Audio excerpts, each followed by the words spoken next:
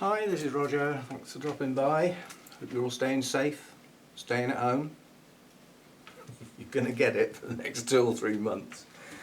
We don't want to lose anybody, do we? There's quite a few people in the orchid community are getting on a bit or have health issues of other kinds. Is that we don't want to lose anyone. Look after yourselves. Anyway, I'm going to start with a plug, or shout out, whatever you want to call it, and I'm doing it now at the beginning so that everybody sees it. If I put it at the end, I know you lot, you'll all skip out before you get there, so you're going to have to wait. I suppose you can wind past this bit. But anyway, I've been asked specifically by Dimitri to give his channel a little push. He's getting quite close to his 1,000 subscribers, which opens up some doors in YouTube. It is one of those magic numbers. And it's quite important to him. He does do quite a bit of work on his channel, so go and take a look. His name's Dimitri von Keller. He's from Switzerland. The only YouTuber I know from Switzerland. I was just thinking, can I think of anybody else? No. So maybe he is the only one that does orchids. He's got some very unusual orchids in his collection and other plants. And his claim to fame is his green wall, which literally in his apartment, he's literally converted a wall into a green wall with live moss and all the plants on it. He's done videos on how he put it together and everything, but take a look. That's all I can ask, is take a look. Yeah. His channel is called The Green Nerd, and some of his videos are in Chinese, which I'm surprised. As you know, I speak 2 languages, English and gibberish, both of them reasonably well. I won't say very well. So take a look at Dimitri's channel. All I can do is offer a bit of help. Right, the other thing, a reminder while I'm here, we've got our virtual orchid show, Global Virtual Orchid Show, coming up on, what is it today, Thursday? Must be Saturday then, 4th of April. Don't forget your code to put on the front, hashtag GVOS in capitals 2020.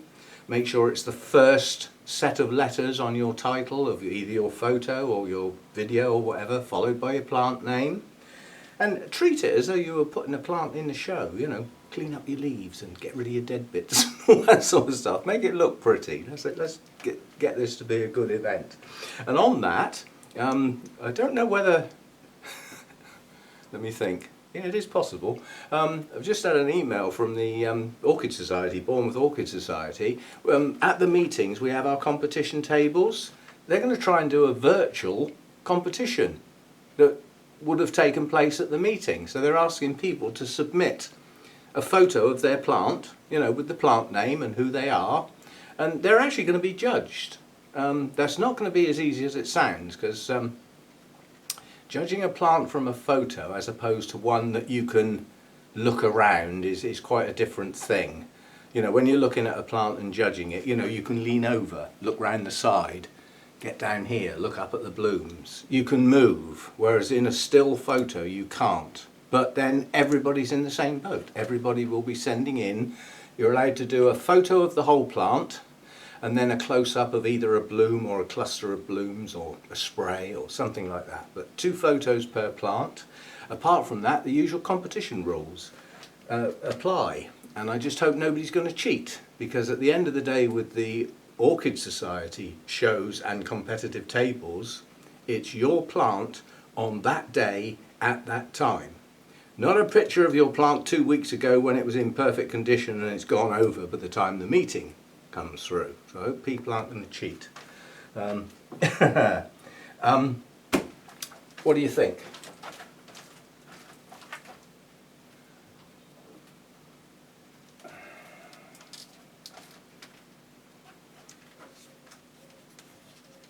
The date for entries, last date is the 15th. Do you think by the 15th that's going to be a show winner? I do.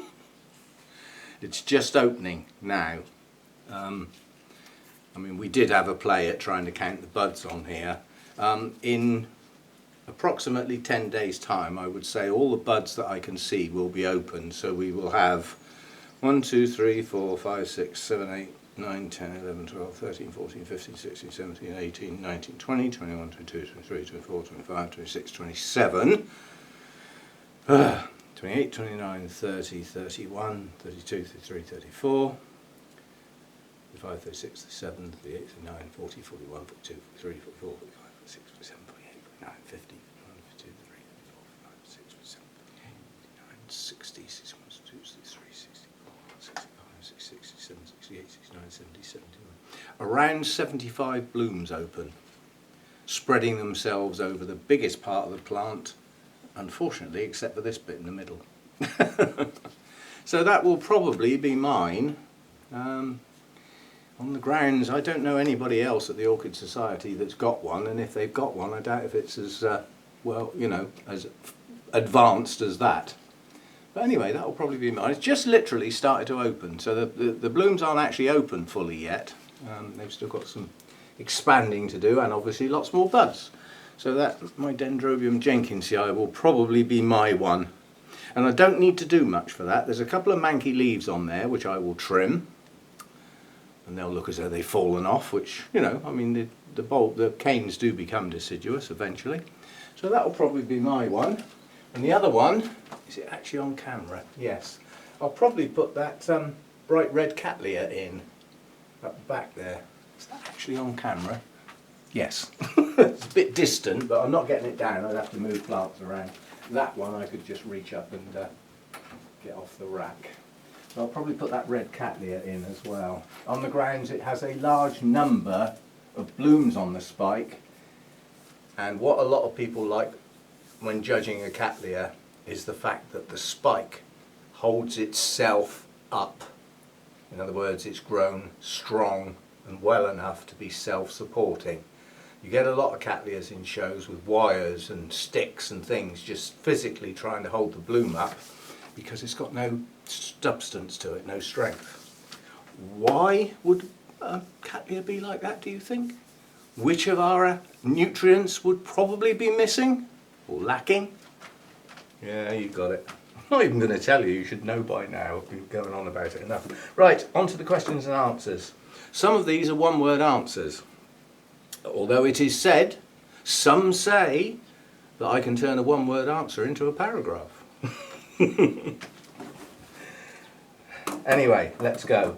First question is from either Leon's Garden or Lion's Garden. I don't know how that's going to be pronounced. That would depend on which part of the world you come from. I think it's Leon's Garden. He's asking about media for Cattleya types, bearing in mind some people buy really young seedling type plants and some are getting mature plants in. My advice would be expand and progress the media size with the plant as it grows. So young plants, you know, like out in your garden or in your potting tubs outside, you've heard of a seedling mix. It's a very fine mix, very small mix, because at that stage the plant would have softer, delicate, smaller roots. Yeah? And if you look at seedling Cattleyas, they've got quite thin roots. So keep the media small. With some moss? Probably. Depends on your environment, you know. But I'd probably, if I grew seedlings, I would have moss and small bark for my young plants. And then gradually as they start to mature, they'll get a flush of new roots every now and again. They'll get bigger and thicker each time. And then when you come to repot, you can up your media size. So you end up removing the moss eventually, because it's not required anymore, and getting up to, say, medium bark, and eventually probably large bark or lava rock or something that allows the roots to dry quickly, but not when they're young plants. When they're young plants, they like to stay constantly moist, not soggy, moist. And they don't need the wet-dry cycle until they start to mature. So that's that one. Yeah. And the last part of that question is, am I pollinating any of my orchids? No. Right, that's that one done.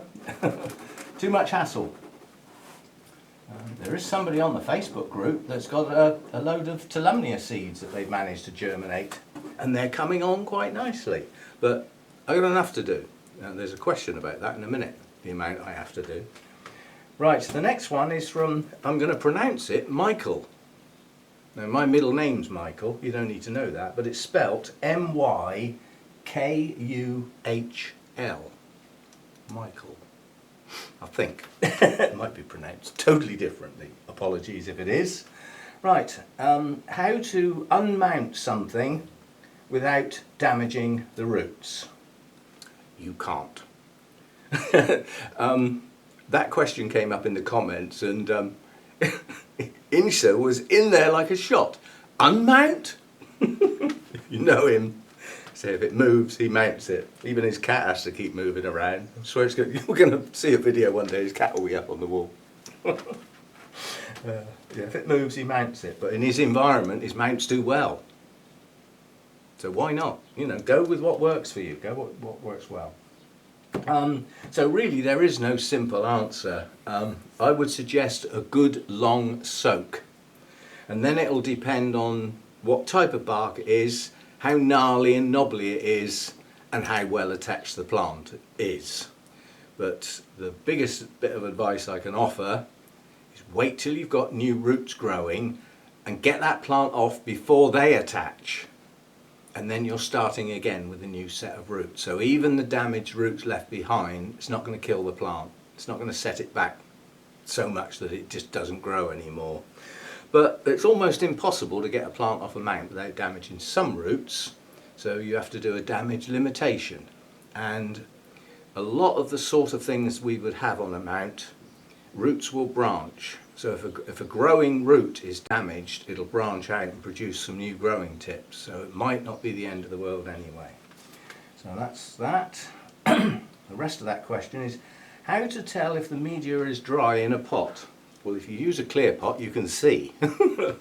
If you don't, then it's judgment and experience. And it'll be based mainly on the length of time since you last watered it, because you'll get to know. But then you might get a set of warmer days and it'll dry out quicker, or dull days or cooler temperatures and it'll take longer. So if you can't see the roots, it's weight. How heavy is my pot? And you need to keep picking your pots up to get used to what they feel like just after they've been watered. And and when you pick them up and they fly up in the air, there's no resistance, they need some water because they're bone dry. And if you're using media like bark and stuff like that, it weighs next to nothing when it's dry. So it is, if you can't see your roots, it's judgment. As far as a mount's concerned, you just touch it. You know, I mean, if I touch this one up here, it's dry, it needs some water. Oops. Right, so that's that one. Thanks for these questions, by the way. Now this isn't really a question, but I'm going to treat it as a question, and you're going to play the game with me. Lynn Smith said, when I did the project plants and I was doing the cooler, shadier type, as I was rummaging around in the leaves of my ignea, she says she saw a spike. Well, I didn't see it. So the question has been twisted round is, are there any spikes on your ignea? We're going to have a look. We'll look together. I doubt it personally, because I'm sure I would have noticed, but then I'm not the world's Masdevallia expert. Probably never will be. I'll get it up closer so we can sort of look at it together. She said, as I was rummaging in the leaves, so let's have a rummage in the leaves. So the problem is, you see, I'm not sure I know the difference between a new growth starting and a spike starting. I mean, these here, where's my camera? There, down there and there, they look like new growths to me, and I just tend to leave them to get on with it. You know, there's another one here, nice new growth coming up there, another one just inside. They all look like new growths to me. Ah, that one doesn't. That's a spike. Yay! Well done, Lynn. I don't know whether that's the one you saw, but that's absolutely brilliantly convenient because there's a new growth and a spike right next to each other. Now, let's get back in the light a bit. I know it'll be smaller, but it needs the light. So there's a new growth and a spike. So we have got a spike. I wonder if that means there's more in there that I haven't.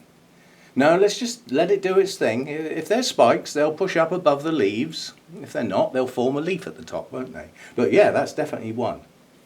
So we will have an ignea bloom down the line unless it blasts or do something silly. So if that was the one you saw, Lynn, well spotted. but then your eyes are tuned in to seeing things on Masdevallias because you've got that many, whereas mine aren't. I don't know how many I've got now. There's that one, obviously. We've got 1, 2. I've only got 3 now, and a Dracula Masdevallia cross. Yeah, I've lost quite a few over the years. What? I hate to think how many. Right, that's Lynn done. Right. Right, this is the question I'd mentioned earlier from Ono. That's a capital O, little n, capital O. I'm sure it means something, and that's the translation. I'm not sure, but anyway, that's the channel name. Do I have people working for me? Because I'm doing magazines, I'm doing videos, I'm doing Facebook things, I'm looking after my orchids, I'm mounting things in the kitchen. He seems to think I've got an army of people working in the background. Chance would be a flipping fine thing. No, I do it all myself. I am a relatively busy person, but I can have quite long periods of total laziness. I've just had one today. What is the time? It's 11 o'clock. And so far today, apart from sorting my comments out on my YouTube channel and sorting the Facebook group out, I've done nothing. Watched some news about what's going on with the virus and all that sort of stuff. I've done nothing today. That's why when I put my hand on that plant, it's dry. I do need to do a little bit of watering. But I'm going to get away with a partial water on the mounts today. The only thing that's actually going to get watered is stuff that's been recently mounted with live moss, because I don't want the moss to die.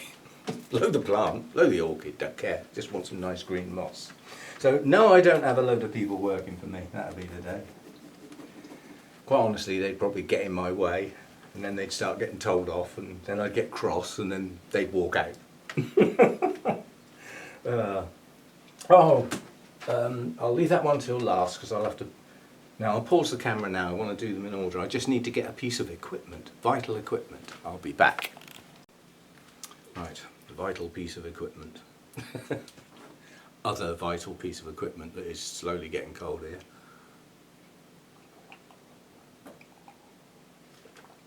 This is not going to be very easy to do, holding it up in the air, but I think I can. Larry Jones asked about, I often refer when I'm mounting, bearing in mind I'm using fishing line, which is virtually invisible at the time in the kitchen. He wanted to know about the V that I refer to when I tie off at the end. And it is one of those that's difficult to explain but quite easy to show. Well, I don't know where it's going to be easy to show like this, but I will try. Right, first of all, slip knot. I presume you all know how to tie a slip knot. Yeah, I mean I go right over left to get my loop, yeah, and then go round with the dangly bit that's hanging down. Just go round and poke that through the hole, yeah, and that forms a slip knot. And all it is, if you look at it now, it's a knot, an ordinary knot, yeah, in a piece of cord with an end poked through. That's all it actually is. But when pulled, I won't pull it too tight because this is string, not fishing line. It now has the ability to slip. Whoops. So I pulled it too hard, it's come undone. So I am used to using fishing line, unfortunately. Right, so let's try again, shall we?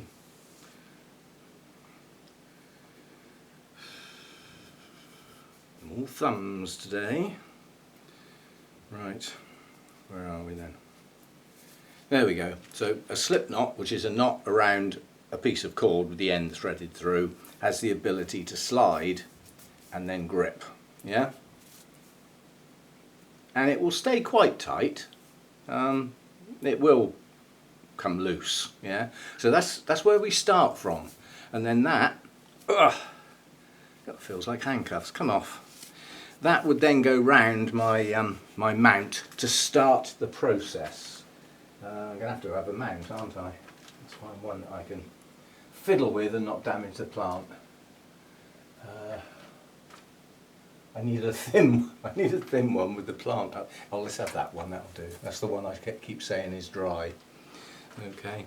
So what I would do then is that would go round the plant, round the mount to start the whole process off. And then you've seen me wiggle it like that and get the knot to pull in. If I knock all my moss off, I'll be cross. Let's get it a bit tighter before I do this. But it would eventually, on the back, end up like that. Okay? And it's the back I want to show you. Right, so that would be our start point. That's our loose end, which I've always said leave that a little bit long, yeah? Because you'll need that in a minute. And then this is the long dangly bit that goes right down to the floor that you're going to do your turns with. And it doesn't matter which way you head off, you will always come back from the opposite side to your V. So there's my start point, right? Now I'm going to pretend to go off and start winding round the plant. You can see the V already, yeah? And I'll go round and round a couple of times. And then when I eventually come back and I've finished, I will always come back from the opposite side. Yeah? So I headed off in that direction, but I'm coming back in from this side. And this is the V. It's effectively the slip knot and the start of the very first turn. And that's the bit where you can thread your end through and you've got some purchase. You've got something to pull against, yeah? And there's your other loose end to tie off. Yeah? And as far as tying off is concerned, I use a reef knot, which in my case, because I'm right-handed, is right over left, yeah? And left over right. So you're basically using the same end to tie both knots. And it'll have a look about it that looks like a figure of 8. Yeah? It looks like two loops, one enclosing the other. Yeah? And they don't slip. So that's what the V is. It's effectively the slip knot and the start of the first turn. Doesn't matter which way you go. If I headed off in that direction, there's the V. If I head off in that direction, there's the V. So that's that, and my moss better still be on my plant. Yes, it is. Jolly good. Right, knots. I did a whole video on knots once with a bit of string. Right, so the next one. Sandy asked how to tell if a Dendrobium is blooming size. It will grow some buds and produce some blooms is the easy answer, but that's being silly, isn't it? I have said before that it's sometimes quite easy to tell a plant that has been grown on from a seedling. And this one I know has been grown on from a seedling because I was given it as a seedling. And in fact, I think it's 2 or 3 plants. But you will get a progression on a seedling where you get the tiniest little canes, yeah? Now, they might be short and squatty, they might be quite long and thin, but they're definitely small. And there'll be a small set of those, and then at some point, progressing off in one direction, maybe more than one if you're lucky, you'll get a new cane that's quite a bit bigger than all the others. It's now heading for maturity, far from mature yet. And this is what this one's doing. If you have a look at the base of this plant, these pseudobulbs are quite small. This is its first one that's growing to, I won't say a giant size, but it's considerably bigger than those. It's now starting to head towards maturity.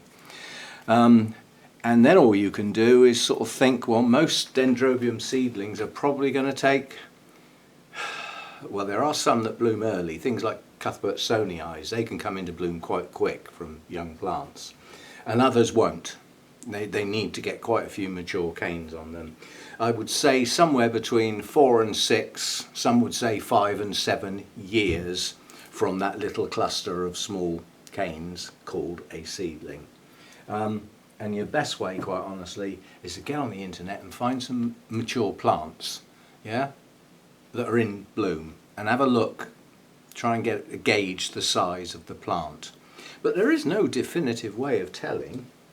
But that's when grown on from a seedling. If it's a division, then you don't know. It's as simple as that, you don't know. Because unless you can see the plant it came off of, and that plant was blooming size and had bloomed, in which case your division could be quite small, but nonetheless could bloom, because it came from a blooming size plant. That's not always true, but most of the time it is. So if it's a division, it could come into bloom very quickly.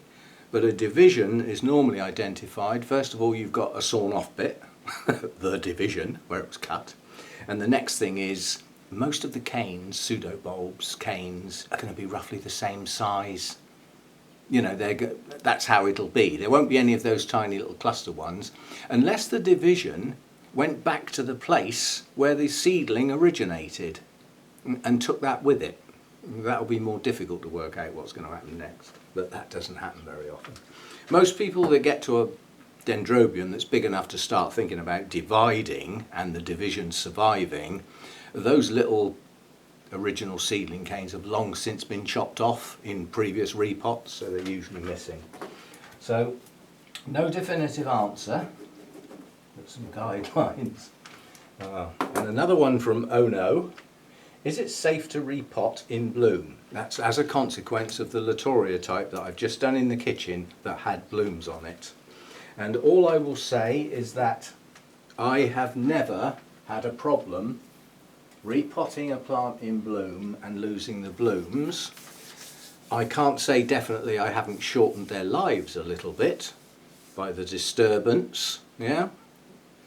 But I can't guarantee that. But what I will say is some plants, and some are more susceptible to this than others, if the spike concerned has still got unopened buds, you may lose them, they may well blast, and that's quite probable if it's a Phalaenopsis. Some of them put up with it, and some of them just drop the blooms, the buds that haven't opened yet. So those that are open are okay. It doesn't do the plant any harm. And I've known some Oncidiums do that as well. It's if you wait till all the blooms are open, I don't see the problem repotting. But again, what's the health and strength of the plant? It's a strong, healthy plant with a good root system. It's not going to get set back much anyway, and it'll carry on supporting its spikes and its blooms. That'll be fine. But if it's a weak plant that's got a poor root system, you're better off cutting the spike off in the first place. So then the question doesn't need to be asked, because they're not there anymore. So that's my advice on that. And I have repotted over the years many orchids in bloom to no ill effect. They've worked okay. But I have lost some buds on specifically Phalaenopsis more than anything. So that's that. I'm not going to start showing plants today. I'm going to have a whip round with the camera looking at some things going on tomorrow. So I just want to stick to the questions and answers. So yeah, that's that session. That was video number 6, I think. These seem to be popular. As long as they're popular and I get some questions, that will be the Thursday video. I've had to miss 1 or 2 out on the Thursday and save them up because there was only a couple. But in the main, I get enough questions to put to one side to make a video out of. And I like the idea on the grounds that an individual asks the question specifically for them. But the question could be relevant to quite a lot of people, and therefore the answer probably is as well. So this makes the question and answer more generally available for others, rather than having to search through comments, other people's comments, trying to find my answer in a comment, which sometimes can be quite elaborate, but it's just for that person. I don't think many people go through reading everybody else's comments. How much time have you got on your hands? Well, at the moment, quite a lot, I expect. So look after yourselves, stay safe, and I'll see you next time. Thanks for dropping by.